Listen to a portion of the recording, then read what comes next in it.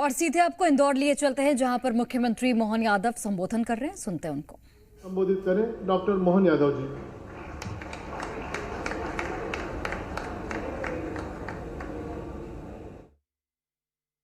माननीय मंत्री श्री तुलसीराम सिलावट जी, माननीय सांसद शंकर ललवानी जी, माननीय महापौर पुष्पमित्र भार्गव जी, श्रीमती यशवंतराव होलकर जी, अशोक डागा जी, कार्यकारी अध्यक्ष श्रीमती सरयू वाघमारे, आपको भी प्रणाम, सचिव यहाँ और प्रमुख उत्सव प्रमुख श्री सुधीर देडगे जी, इस अवसर पर मौजूद सभी माननीय विधायकगण,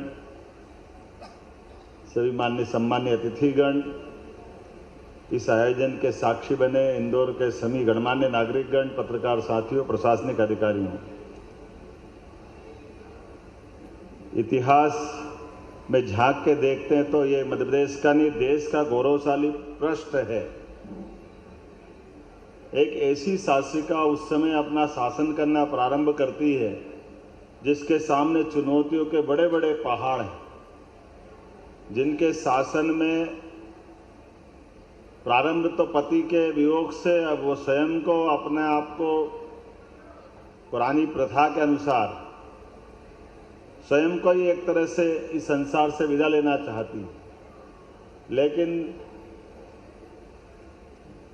परम पूज्य मल्हारराव होलकर साहब ने जो समझाया और उसके बाद जो उनने अपने जीवन की दिशा बदली, निजी कष्टों की परिसीमाओं के बाहर जाकर के भी, पति नहीं, पुत्र नहीं, पिता नहीं, बेटी भी आखिरी में साथ छोड़ गई, लेकिन वो उतना उदात्त भाव लेके उनने अपनी जीवन यात्रा प्रारंभ की, जिसमें वो सीधे सीधे हम सब समझ सकते हैं कि देवादिदेव महादेव की प्रतिमा केवल अपने पास रख कर की उनकी आज्ञा से वो सत्ता नहीं चलाती थी, सरकार की व्यवस्था नहीं करती, सच्चे अर्थों में वो जीती थी भगवान शंकर की भावनाओं के आधार पर, जिनके कारण से उस समय की मुगल सत्ता को भी चुनौती देते हुए एक तरफ हमारे देवालय तोड़ने वाली सारी ताकतें थी और उसी समय एक आंधी आ रही थी जो रामेश्वरम में भी अहिल्या माता के माध्यम से मंदिर का जीर्णोद्धार कर वहाँ भगवान की स्थापना होते देख रही। रामेश्वरम, सोमनाथ, उत्तर दक्षिण, पूरा पश्चिम कहाँ छोड़ा आपने? कहने के लिए तो 600 से ज़्यादा रियासतें थी, लेकिन इन रियासतों के बीच में जैसे हमारा सौरमंडल में आदित्य नारायण अपनी भूमिका अदा करते हैं, जिनसे सब प्रकाशवान होते हैं, उस व्यवस्था में हमारी सनातन धर्म की पताका को जिस ढंग से आपने लेकर के संसार के सामने जो रूप बताया, बहुत छोटा सा राज्य, कोई बहुत बड़ा राज्य नहीं, लेकिन आपने जो किया है, और केवल देवालयों के लिए नहीं, केवल धार्मिक स्थानों के लिए नहीं, उसके प्रबंधन के भी जो उनने प्रमाण दिए हैं। प्यासा है तो बावड़ी, कुआं, जिसके जैसे जीवन में बदलाव लग रहा है, उस स्थान पे जाकर के अगर ममतामयी माँ की कोई चेहरा याद करता है तो आज भी अहिल्या माता को याद करके लोग अपने जीवन को धन्य मानते हैं। ये हमारा सौभाग्य है।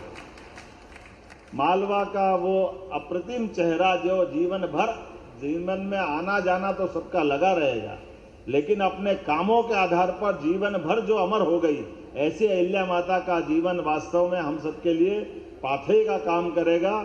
मैं कई सारी बातें बोल सकता हूँ, जैसे नारी सशक्तिकरण को लेकर उनके किए गए काम। पहली बार घाट पे बहनों का घाट अलग बनेगा, बाकी का स्नान का स्थान अलग बनेगा। नदी के किनारे घाट की भी कोई व्यवस्था होती है क्या? अन्न क्षेत्र, अब कहाँ कहाँ अन्न क्षेत्र, कोई कल्पना कर सकता है? कहाँ काशी, वहाँ गंगा का घाट, कहाँ मानसरोवर, खासगी ट्रस्ट के माध्यम से, अपने प्रबंधन से, कुशल प्रबंधन से। मुझे बताया गया कि वहाँ आज भी रामेश्वरम का जल प्रतिदिन बाबा विश्वनाथ का अभिषेक बाद में होगा, पहले वहाँ के जल का प्रबंधन आज तक बनाया हुआ है। कोई सरकारी तंत्र इतना सुंदर व्यवस्था नहीं कर सकता है कि 200-300 साल बाद तक भी वो क्रम जारी रहे।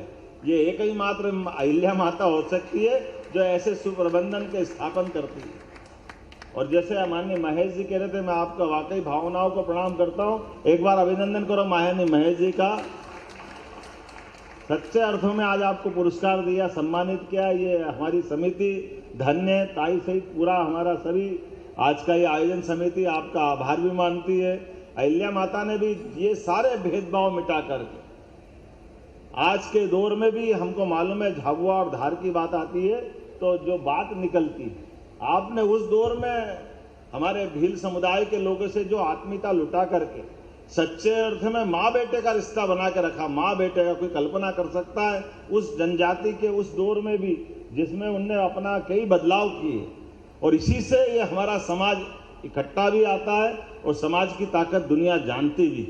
कोई एक काम हो तो बताएं। अपना माहेश्वरी साड़ी, आज भी चंदेरी साड़ी में वहाँ भी गया था, और माहेश्वरी साड़ी हम तो आज इतने आधुनिकतम दौर में यहाँ इतना बड़ा व्यापार व्यवसाय हो गया उज्जैन इंदौर सहित सब क्षेत्र में, लेकिन वो हस्तकघा के 2 कारखाने नहीं चला पाए इंदौर में। हमको आज भी माहेश्वरी का जो आनंद है ये उस दौर में कर दिया जिस दौर में आने जाने के लिए बैलगाड़ी भी तकलीफ में थी। कैसे आ रही होगी, कैसे जा रहे हुए, क्या हुआ होगा, लेकिन आपने कहा कि नहीं, अपनी पहचान भी बनना चाहिए, हाथ में काम भी मिलना चाहिए, और सभी सुशासन की व्यवस्था, वो किला, वो घाट, वो अपना रहन सहन, वो व्यवस्था, और इतना प्रबंधन जो अपने तलवार की धाक भी उनकी कैसी है हमको बताने की जरूरत नहीं।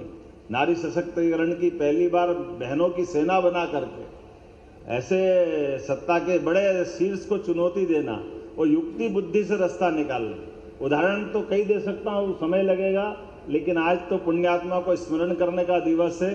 हमारे लिए आज सौभाग्य की बात है। वैसे तो परमात्मा की लीला है, आने के बाद जाने का क्रम सबका है। इसलिए हमारे यहाँ पर भारतीय परंपरा में जयंती उत्सव का बहुत महत्व रहता है, लेकिन पुण्यात्मा के गमन से भी हमको जो कष्ट हुआ है, लेकिन जिनने पूरे देश में मालवा का मान बढ़ाया, सम्मान बढ़ाया, सनातन धर्म की पताका लहराने का बड़ा उनका योगदान है।